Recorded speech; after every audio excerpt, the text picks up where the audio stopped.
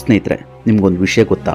ಈ ಪ್ರಪಂಚದಲ್ಲಿರುವಂತಹ ಪೂರ್ ಪೀಪಲ್ಗಳು ತುಂಬ ಮುಖ್ಯವಾಗಿ ಅರ್ಥ ಮಾಡಿಕೊಳ್ಳಬೇಕಾದ ವಿಷಯವೇನೆಂದರೆ, ಈ ಪೂರ್ ಪೀಪಲ್ಗಳು ಯಾವಾಗಲೂ ದುಡ್ಡಿಗಾಗಿ ಕತ್ತೆ ಥರ ದುಡಿತಾನೆ ಇರ್ತಾರೆ.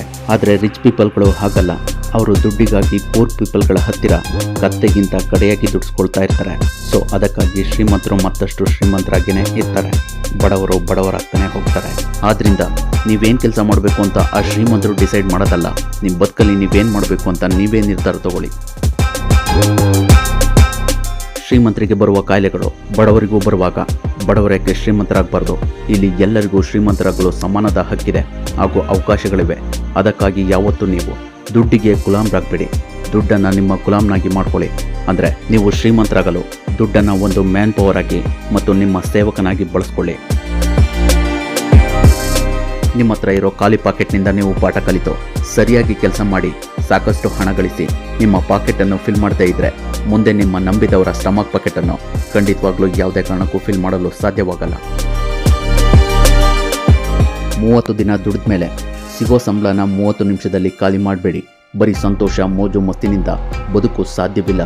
ಸಾಕಾಗುವಷ್ಟು ಹಣವಿದ್ದರೆ ಮಾತ್ರ ಸಂತೋಷದಿಂದ ಬದುಕಲು ಸಾಧ್ಯ. ಅದಕ್ಕಾಗಿ ನಿಮಗೆ ಬಂದ ಸಂಬಳದಲ್ಲಿ ಸ್ವಲ್ಪ ಉಳಿತಾಯ ಮಾಡಿ ಹಾಗೂ ಹೂಡಿಕೆನೂ ಮಾಡಿ.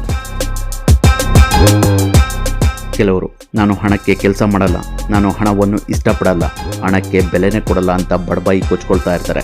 ಆದರೆ ಅವರೇ ಹಣಕ್ಕಾಗಿ ದಿನಕ್ಕೆ 8 ರಿಂದ 10 ಗಂಟೆಗಳ ಕಾಲ ಕೆಲಸ ಮಾಡ್ತಿರ್ತಾರೆ. ಅಂಥವ್ರ ಮಾತು ಕೇಳಿ ನೀವು ಮೂರ್ಖರಾಗಬೇಡಿ. ಇಲ್ಲಿ ಹಣ ಮುಖ್ಯ ಅಂತ ನಾನು ಹೇಳ್ತಾ ಇಲ್ಲ, ಆದರೆ ನೀವು ಹಣವನ್ನು ಬಳಸುವುದು ಮತ್ತು ಬೆಳೆಸುವ ರೀತಿ ಮುಖ್ಯ ಎಂದು ಹೇಳ್ತಾ ಇದ್ದೀನಿ.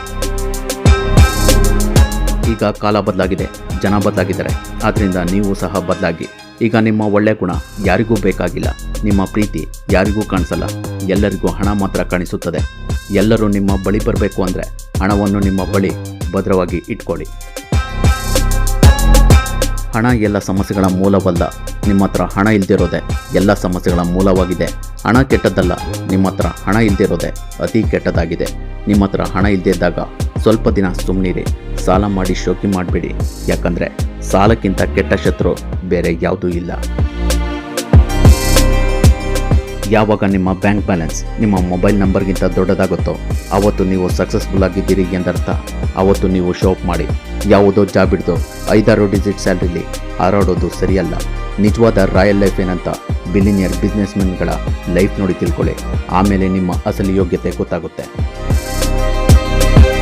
ನಿಮಗೆ ಹಣ ಇಷ್ಟ ಇಲ್ಲ ಅಂದರೂ ಪರವಾಗಿಲ್ಲ, ಹಣ ಗಳಿಸಿ, ಸಿಕ್ಕಾಪಟ್ಟೆ ಹಣ ಗಳಿಸಿ. ಯಾಕಂದರೆ ಅದನ್ನು ದುರ್ಬಲರಿಗೆ, ಅನಾಥರಿಗೆ ದಾನ ಮಾಡೋಕ್ಕಾದ್ರೂ ಯೂಸ್ ಆಗುತ್ತೆ.